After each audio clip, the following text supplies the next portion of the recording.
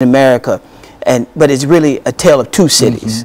So we see maybe Charlotte Avenue as the line of demarcation, and this affluence on the West End side, and then North Nashville, particularly with the 28th corridor being open, being just so rapidly gentrified that people are being displaced.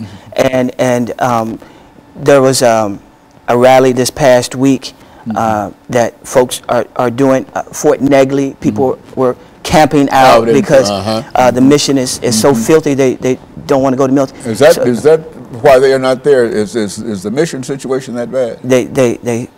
A lot of the folks who are living at Fort Negley said because of the and the restrictive manner that it's run. So I mean, we appreciate the work that the mission is doing, but we want to make sure that folks have affordable housing, you know. And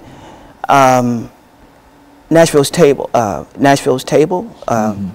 Open Table is doing some great work around that. I want to encourage folks to connect with them and to just participate in any way that they can to help support the work, the incredible work. So they're pushing for public policy. There's the Bill Barnes Fund that the mayor, Megan Barry, who I think she's a wonderful person, and she's also a politician. So we have to make sure that we're creating the political will for her to move, and creating the opening so she can move through, and because I think that she really would like to do the right things, but politically that there's no backlash that comes on her for doing the right thing. So we want to make sure we support that.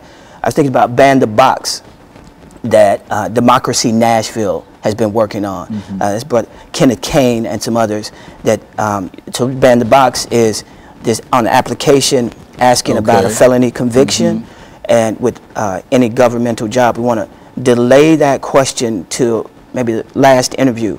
We're not saying to not disclose at some point, but if you check that I have a criminal record on most applications, you know, interview after this, thrown out the door. I understand. And some of these things are 20, 30 years old. People maybe did smoking marijuana or anything, and it continues to haunt them. So we want to say, okay, you've paid your debt to society, and we want to restore that.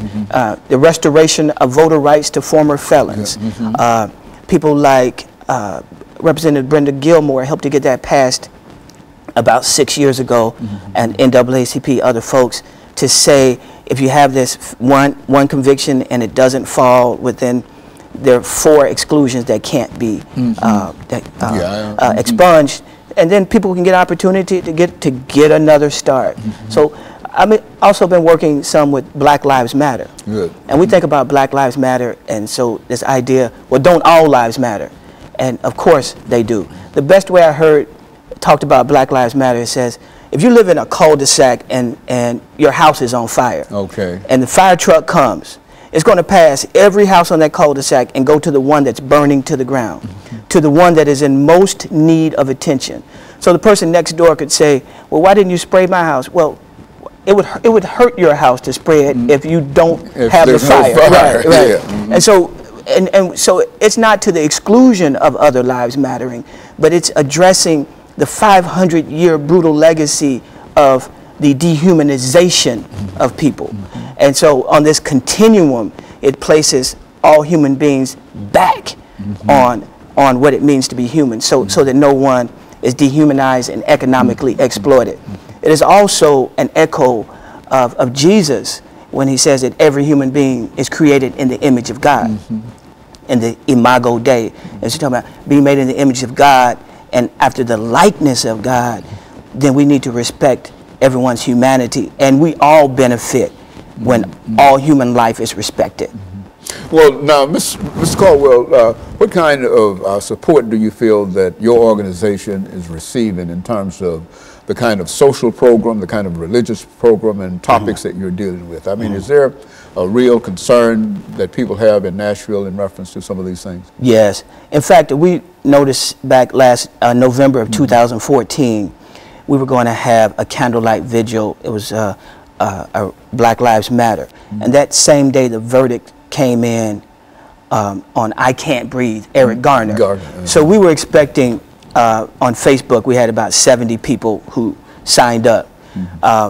And that was at 6:00 p.m. We were going to hold candlelight vigil in front of the downtown police precinct. Well, At 5:30, we had 300 people. At 6 o'clock, we had 700 people. And 30 or 40% of those people were well-intentioned white people who brought their children, their 10-year-old son and 8-year-old daughter, and said, you know, I've benefited from white supremacy, but I know what it's done to me, like that it contorts my soul. And I want to undo that, and I don't want my children to experience that. And so we're here. And so that's a reclaiming of one's humanity, you know, despite this system that does that. We knew that the folks were a little restless, and so the vigil turned into a march. It was a nonviolent march downtown. So we went down Broadway and we were coming up through the honky tonks. And so here we are, coming up the honky tonks, and people stumbling out and hearing Black Lives Matter from a 95-pound white woman with her 2 children, and so, but we see this as a human problem, and that when we do better, we all can do better, and so the interrelatedness of our humanity, and not to just, you know, we look at the current election and the vitriol that's going on, and who can be the most angry and the most fearful, and that's no way to be in community. So we want to have a love ethic that recaptures our humanity. And Nashville would seem to be an excellent place for that to start. In view of all of the religious, I think you mentioned earlier, all the religious institutions, whether publishing institutions, churches, and et cetera, and et cetera.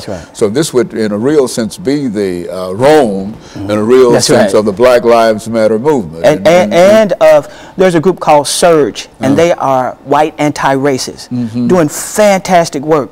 And the same factors that were here in 1960 are the same factors that continue to make Nashville a beloved community, or a potential site for beloved community. And so in a real sense, Mr. Caldwell, as we end this show for today, we've got about a minute and a half. In a real sense, you think that some of the work that you and others are doing really has an impact in terms of making people more aware of what is going on, affordable housing, health, incarceration, and et cetera.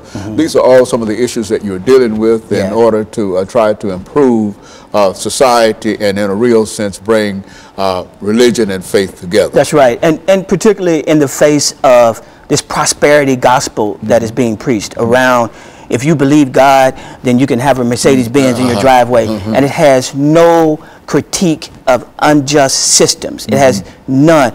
And it's a failure, and it's about this individualistic, capitalistic Christianity, about, you know, it's really like I make a deal with God. For me, versus that God is saying, I'm coming back for a people, that we are saved in the collective, we are saved in the aggregate. And so our salvation is tied up one to another, and that our salvation isn't entirely otherworldly, not by and by yonder ways, but